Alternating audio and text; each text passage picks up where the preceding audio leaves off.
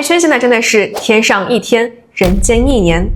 LLM、Token、RAG、Agent、生成式 AI、监督学习、工作流等等等等，这些你可能都听说过，但是屏幕前的你真的能准确地说出每一个概念的确切含义吗？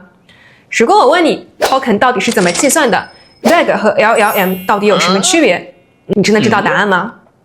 今天这期视频呢，我们不谈那些虚头巴脑的商业概念，我会从底层的基础概念出发，把这些概念拆开揉碎，让你一次性了解清楚。看完今天这期视频呢，你再去听那些大厂的发布会，就不会云里雾里了，甚至能去教老板怎么玩 AI。如果怕记不住呢，独家的 AI 全的知识库我也给大家整理好了。那我们开始吧。在开始之前呢，让我们先来了解一下什么是 AI。这时候不得不提到两个基础的概念，分别是 ANI 和 AGI。2024年以来呢，关于 AI 圈诞生了很多不必要的炒作，原因之一就是因为人们混淆了两个截然不同的概念 ANI 和 AGI。ANI 的全称是 Artificial Narrow Intelligence， 也就是狭义的人工智能。顾名思义，它们只能完成单一任务，比如说智能音箱、自动驾驶汽车、网页搜索、农业或者工业中的 AI 应用。而相对应的概念是 AGI， 全称 Artificial General Intelligence， 也就是通用人工智能。它能像人类一样完成任何智力任务，甚至拥有超越人类的超智能 AI。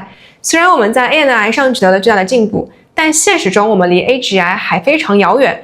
这种误解导致人们产生了一种不必要的恐慌，担心邪恶的意识机器人会统治人类。事实上呢，实现 AGI 可能还需要几十年甚至几百年，需要多次技术突破。我们目前完全不需要为这种焦虑来买单。而我们平时用的最多的 DeepSeek、ChatGPT、Gemini 都属于生成式 AI。它们呢是 ANI 的一种，属于 AI 在文本、图像和音频领域的一种应用技术。那生成式 AI 在哪里？它其实是 ANI 里出了一个天才文科生。打个比方，如果你开了一家公司，以前的 ANI 员工只能会搬砖、识别图像、过滤垃圾邮件，而生成式 AI 是你的新员工，它呢能无中生有，给你画海报、写文案，它本质上还是一个 ANI， 只不过呢它卷出了新高度。那这个天才文科生是怎么训练成的呢？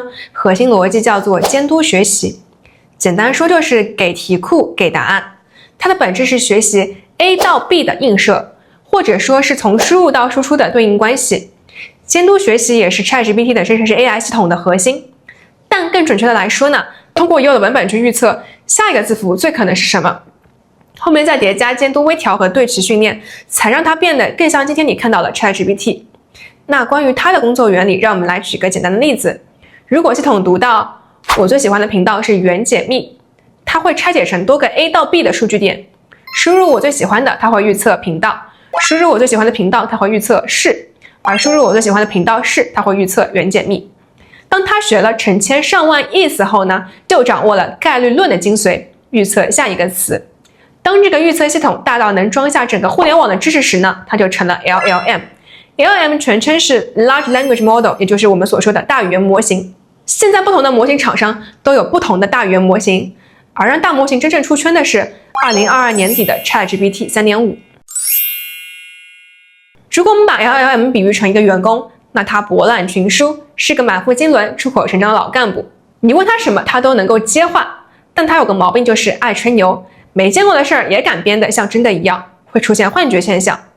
而 RAG 这时候就出现了，它的全称是 Retrieval Augmented Generation， 叫做检索增强生成，也会经常被我戏称为捞哥。捞哥的出现，极大程度的改善了 AI 的幻觉现象。在 AI 生成回答之前呢，捞哥会先从外部数据库检索出相关的信息，结合你的提示词一起发给 AI， 以减少胡说八道的幻觉现象。每当 AI 要回答时呢，捞哥就能迅速查询你的本地文档库，把正确的答案给捞出来，塞到 AI 嘴里救场。那前面说了，当我们向大语言模型提问后， LLM 大语言模型总会吐出一个词，但这其实只是为了方便你理解简化的链路。现实情况是这样的，大语言模型 LLM 本质是一个庞大的数学函数，接收的是数字，输出的也是数字，所以根本不认识人类所写的文字。所以呢，在人类和大模型之间必须有个中间人来做翻译，这个中间人就叫做 Tokenizer， 他负责的是编码和解码两件事。编码就是把人类的文本变成大语言模型的数字，解码就是把大语言输出的数字翻译成人类的文字。Token 怎么切呢？也不是固定死的，它会因为大语言模型和 Tokenizer 的不同而不同，而这边我会用到的是 OpenAI 官方提供的 Tokenizer 这个官网。那我们来看看元解密这几个字 Tokenizer 是怎么拆解的。当我把元解密这几个字输入进去，可以看到文字角度是7个字符，但是呢 Tokenizer 把它拆解成了5个字段，分别是 YU、AN、元、解和密。这5个字段也会被叫做 Token 词源，对应的 Token ID 则是一串数字，也就是 LLM 大语言模型能读懂的语言。而 Token 和 Token ID 呢，也是1对1绑定的关系。而 Token 是 AI 大语言模型处理信息的基本单位。在生活中，我们以字为单位进行读书写字。对于大模型来说呢，这个输入输出的单位就是 Token。就像手机流量一样，每个模型厂商都会提供自己的 Token， 并且以消耗量为单位向用户收费。Token 并不是凭空产生的，它是由高性能的 GPU 在消耗大量的电能，完成数千亿次的推理运算后产生的数字资产。每生成一个 token 都对应着真实的推理过程，也对应着真实的电力消耗和算力消耗。所以我也会把 token 写成为 token， 因为它偷着偷着就把你的电费给啃掉了。那聊完了大脑和口粮，最后咱们聊点实际的，怎么让 AI 真正帮你把活儿给干了。这里先讲2个特别容易混淆的词，分别是 workflow 和 agent。workflow 就是工作流，本质上是按部就班的流水线。你会发现它的路径是线性的、固定的，输入进来，先过一个工具，再传给 LLM 处理，最后再经过几个工具产出结果。这就是工作流，它像是一套写在说明书上的 SOP， 而 AI 必须按照你设定好的1、2、3、4步骤去来做。比如我们用 Gemini 写插件代码，用飞书多维表格采集内容，用 DeepSeek 改写文案，最后发布到自媒体平台。虽然死板，但胜在稳定。它非常适合处理那种每天都要重复做的任务，比如说财务报告信息整理、内容分发等。而 Agent 真的是一个爱整活的独立经纪人，顾名思义 ，Agent 爱整。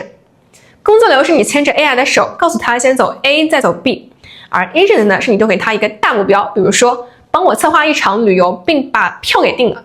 那他会自己去思考，自己拆解步骤，自己观察环境，最后再主动决定该用什么工具，该先做什么，后做什么。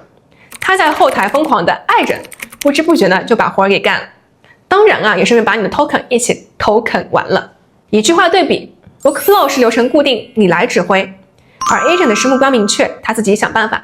好了，聊到这里，咱们的 AI 拼图就正式圆满了。最后用1分钟把这些黑话串成你能听懂的蓝图。ANI 是目前的垂直专家，AGI 是未来的全能大神，而我们正手握生成式 AI 这个文科天才生。利用 LLM 大语言模型的概率预测能力，开启生产力大爆发。如果怕 AI 吹牛呢，找捞哥，实时查书；如果怕预算超标呢，盯着 token， 这个烧钱燃料。而 Tokenizer 则是那位把人类的语言翻译成机器数字后的幕后翻译官。了解了这些概念，相信你再去听那些大厂发布会就不会云里雾里了，甚至能去教周围的朋友怎么玩 AI。如果怕记不住呢，我独家的 AI 全能知识库也给大家整理好了。相信会对你学习 AI 之旅有事半功倍的效果。我这个频道主要分享 AI 工具、办公体效和线上营销相关的内容。如果你觉得这些硬核科普对你有帮助呢，关注我，我会带你用最硬核的姿势拥抱 AI 时代。我是原子，我们下期见。